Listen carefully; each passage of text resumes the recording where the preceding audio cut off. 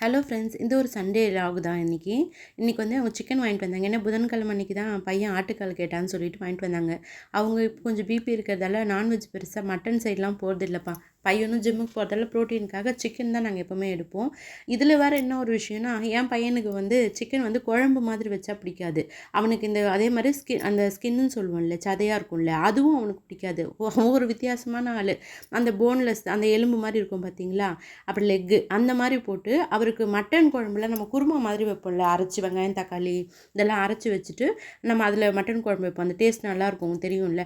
அதே மாதிரி என் பையனுக்கு சிக்கன்லேயும் அதே மட்டன் குழம்பு மாதிரி குருமா மெத்தட்லேயே வச்சானா அவனுக்கு ரொம்ப பிடிக்கும். ஆனால் என் ஹஸ்பண்டுக்கு தேங்காய் மசாலா அப்புறம் அரைக்கிற பொருள் எதுவுமே ஹஸ்பண்ட் பிடிக்காது. ஏன்னா மாமியார் கிராமத்தில் எல்லாமே தண்ணி குழம்புன்னு சொல்லுவாங்கல்ல, தெரியும். பெரிய ஃபேமிலி 10-15 பேர் மேக்ஸிமம் இருப்பாங்க.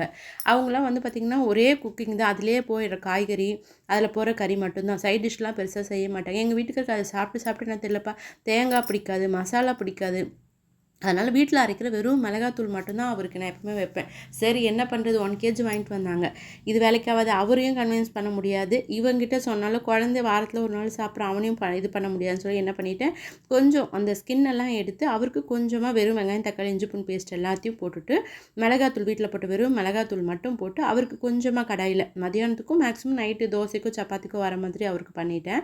பையனுக்கு வெங்காயம் தக்காளி எல்லாம் நல்லா மிக்சியில் அரைச்சிட்டு அப்புறம் இஞ்சி பூண்டு பேஸ்ட்டு அவனுக்கு மட்டும் கொஞ்சோண்டு கரம் மசாலா, நம்ம எண்ணெய் கடுகு சோம்பு கொஞ்சம் போட்டு பட்டை லவங்கெல்லாம் போடல, வெறும் சோம்பு மட்டும் போட்டுட்டு அரைச்சி வெங்காயம் தக்காளி விழுது எல்லாத்தையும் போட்டு நல்லா மிக்ஸ் பண்ணிவிட்டு பச்சை வாசனை போனதுக்கப்புறம் சிக்கனு கொஞ்சம் கரம் மசாலா அவனுக்கு மட்டும், அவருக்கு மசாலா போடல, அவனுக்கு மட்டும் கொஞ்சம் கரம் மசாலாவும் மிளகாத்தூளும் போட்டுட்டு குக்கரில் ஒரு 2 விசில் வச்சு எடுத்துட்டேன்ப்பா.